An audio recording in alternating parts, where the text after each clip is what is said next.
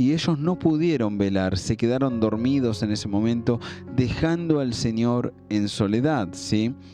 Y la copa que Dios tenía preparada para Jesús ya estaba comenzando a ser bebida en esos tiempos, ¿sí? Ya estaba comenzando a ser bebida en ese jardín de Getsemaní, ¿sí? En esos momentos de soledad en los cuales se encontraba el Señor. Jesús pidió y solicitó a sus compañeros, pero no obtuvo respuesta alguna, ¿sí? Y te voy a leer el versículo, dice: entonces Jesús les dijo: mi alma está muy triste hasta la muerte, quédense aquí, velen conmigo. Yendo un poco adelante, se postró sobre su rostro, orando y diciendo: Padre mío, si es posible, pasa de mí esta copa, pero no sea como yo quiero, sino como tú. Vino luego a sus discípulos, ¿y los halló velando? No, los halló durmiendo. Y dijo a Pedro: ¿no habían podido velar conmigo ni siquiera una hora? Los amigos que estaban con él en los momentos de dificultad, dice que las gotas de sudor de Jesús eran como gotas de sangre. Y acá dice en el mismo versículo: mi alma está muy triste hasta la muerte, ¿sí? Y nosotros podemos verlo en la película, esa película tremenda, ¿sí? Que le ha gustado a cristianos y a no cristianos, que fue La Pasión de Cristo, allá que se estrenó por el año 2004. En el momento que Jesús, cuando inicia la película, él pisa una víbora, él está en Getsemaní, ¿sí?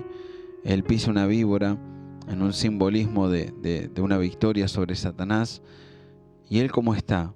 Él está rodeado de sus amigos, él está rodeado de esos discípulos. No, él está solo. Y así estuvo Jesús en esos momentos, no acompañado de las personas físicas, ¿sí?, por las cuales él pedía que lo acompañen. Jesús le pidió a sus amigos que lo acompañen. Sin embargo, no halló respuesta alguna, ¿sí? En un momento Jesús les dice: levántense, vamos, que ahí está el que me entrega.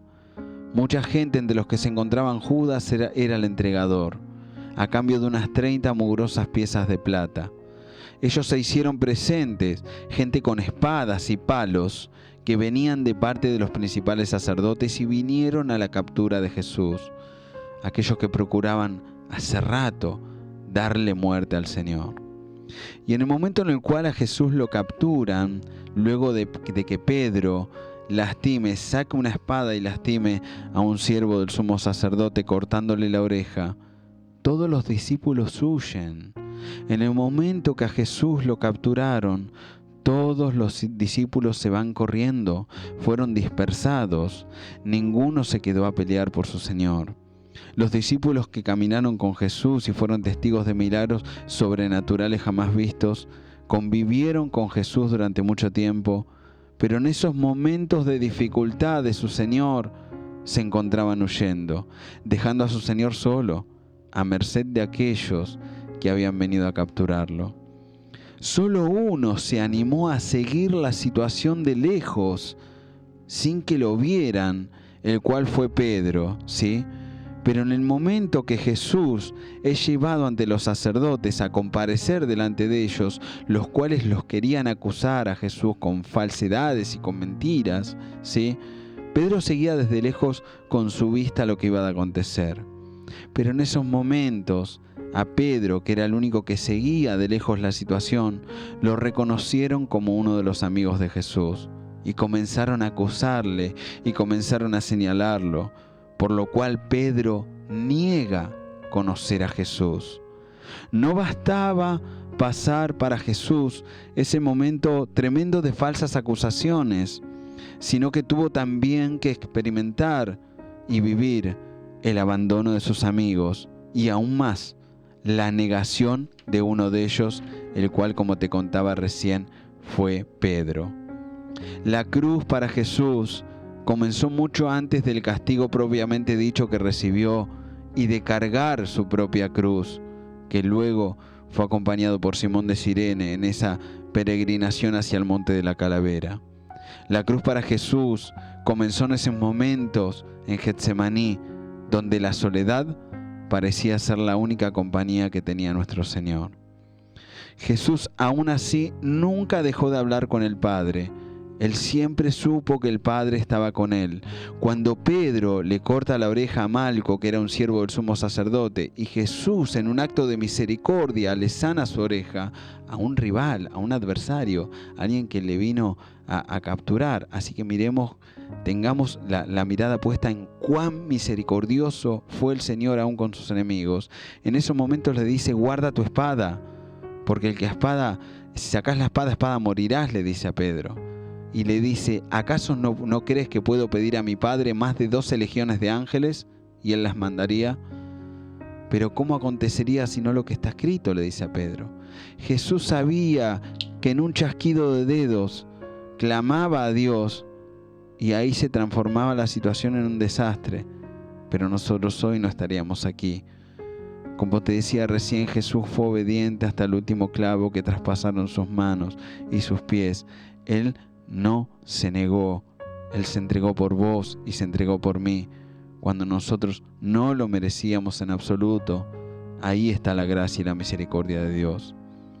Y Jesús, como te decía recién, tuvo la ausencia y la soledad materializada en la ausencia de sus enemigos, en el abandono de sus amigos, en la ausencia de sus amigos, ¿sí? Y en la negación inclusive de uno de ellos. Pero siempre supo y tuvo presente que Dios estaba con él.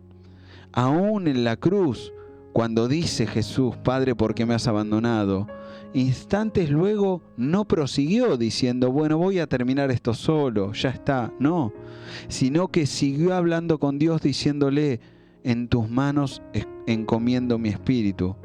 Y ahí expiró. Jesús tuvo que beber una copa en la cual la soledad fue incluida en ella, para complicar aún más las cosas y hacerlas aún más difíciles.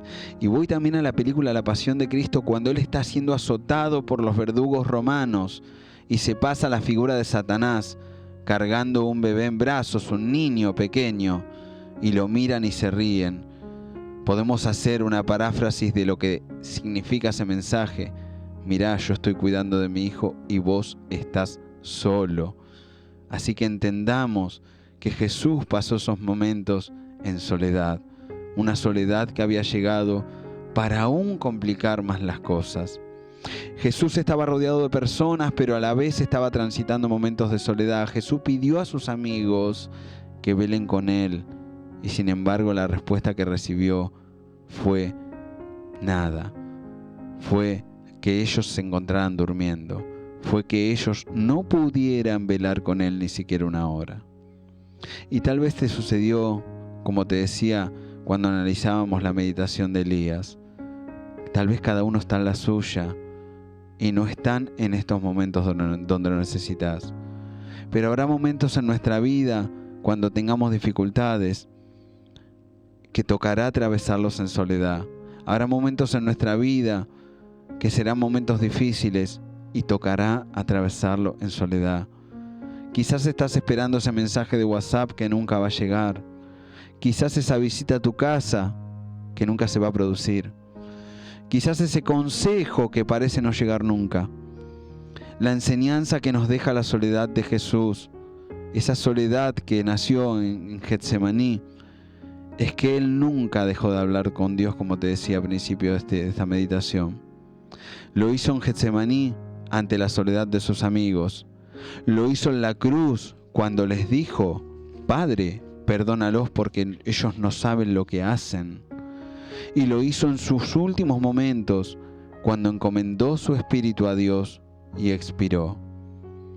Y te vuelvo a repetir lo que te decía hace un rato: no tengas a Dios como el último eslabón de tu cadena. Habrá situaciones que deberás enfrentarla en soledad. Jesús mismo sabe qué es lo que se siente estar en momentos difíciles y encontrarse sin sus amigos. Si esos que inclusive se comprometieron a la muerte a ir con Él, como Pedro, pero que terminaron negándolo, conocerlo, antes que el gallo cante 3 veces. La soledad aún puede ser un instrumento de bendición si lo utilizás como canal y como puente para la búsqueda de Dios. Jesús mismo, cuando oraba, se apartaba de la multitud. Él, en muchos momentos de su ministerio terrenal aquí en la tierra, utilizó esa soledad como un canal de bendición que lo hacía alcanzar la comunión con el Padre. Porque cuando él oraba, se apartaba del pueblo y se apartaba de sus discípulos. La soledad muchas veces va a llegar para complicar más el panorama presente. Y aún llega para apretar esa herida y hacernos doler un poquito más. Hoy déjame decirte lo mismo que te dije en aquel primer programa a fines de noviembre. Dios no te ha dejado solo. Es imposible que te deje en soledad aquel que un día entregó a su Hijo unigénito por vos. Aquel que quiere entrar a tu corazón para transformar tu vida. No tengas a Dios como el último con el cual contás, al último al cual le pedís consejo o el último que buscas cuando el zapato ya aprieta. Dios puede ser aquel que llene tu vida sin fallar, como tal vez algunas personas puedan haberte fallado. Y llegamos al final. La palabra de Dios dice, esta es la palabra que predicamos, que si confesares con tu boca que Jesucristo es el Señor y creyeres en tu corazón que Dios le levantó de los muertos, serás salvo. Así que si hoy vos tomás la decisión de aceptar a Jesús en tu vida, va a ser una decisión que no solo va a traer bendición a tu vida aquí en la tierra, sino que va a ser eco en tu eternidad. Así que si querés aceptar a Jesucristo en tu vida como Salvador de tu alma y como Señor de tu vida, para depender pura y exclusivamente de Él y llevar una vida que a Dios le agrade, repetí conmigo esta oración, pero que no sean solo palabras, sino que tu corazón sea el que hable. Amado Dios, yo creo que tú enviaste a la cruz a Jesucristo, tu amado Hijo, por mí. Le acepto a Jesucristo como único y Salvador personal de mi alma y Señor de mi vida. Yo confieso que Jesucristo es el Señor.